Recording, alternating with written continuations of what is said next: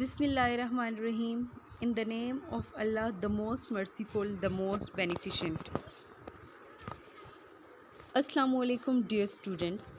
Welcome back to my online English class of Dubai International Public School and College, Mansehra. Dear students, in our last video, we were reading the poem Good Timber, written by Douglas Mullock. In our previous video, we read two stanzas of the poem, stanza number 1 and stanza number 2. In today's lecture, we will read the next two stanzas of the poem.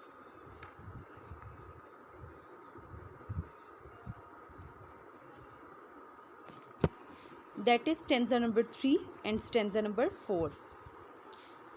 Good timber does not grow with ease. The stronger wind, the stronger trees. The more the storm, the more the strength. By sun and cold, by rain and snow. In trees and men, good timbers grow.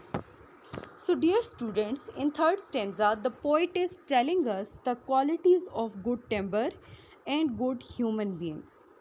In this stanza, the poet is telling us another type of timber. According to the poet, a good timber does not grow with ease. For its life, for its achieving goals, it has to fight with the difficulties.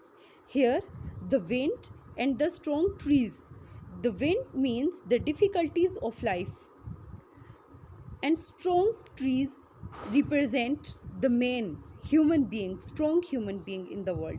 So according to the poet, a good timber does not grow with ease because for its achieving goal, for its life, it has to fight with the difficulties. It has to fight with the sorrows. These difficulties makes a man strong.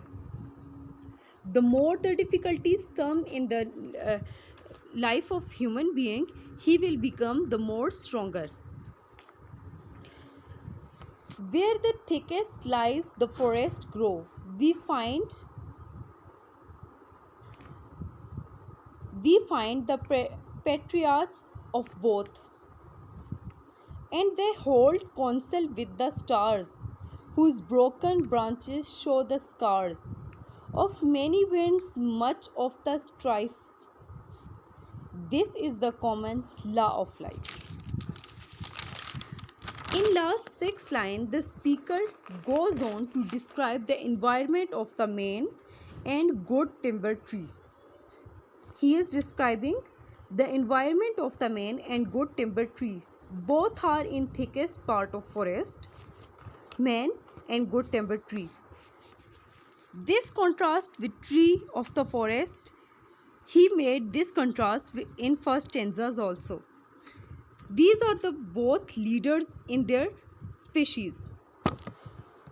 The tree and the man share broken branches and scars. Their broken branches show the difficulties of life.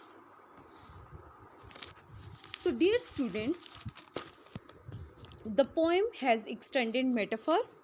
In this poem, the poet compared trees with human beings. The poem described the way that tree of good timber and strong men are formed through hardship and struggle. The poem begins with speaker describing how there are two types of tree and men. First type of tree and men are who survive everything in their life. This particular type of people and tree never has to worry about their water, their food, from where their food and water going or come from. On the other hand, there are the trees and men who must fight from birth to survive, who must fight from birth to death for survive. And their bodies, their broken branches are evidence of their ability. Their broken bodies, their branches are the evidence of their ability, their fight with the nature, their fight with this world. their ability to survive and become forest king. When they have the ability, when they fight with the with other things, when they fight with the world, so they become the forest king. So dear student, that was the explanation of two stanzas. I hope that you understand it very well. Inshallah, we will meet in our next video. Thanks. Allah Hafiz.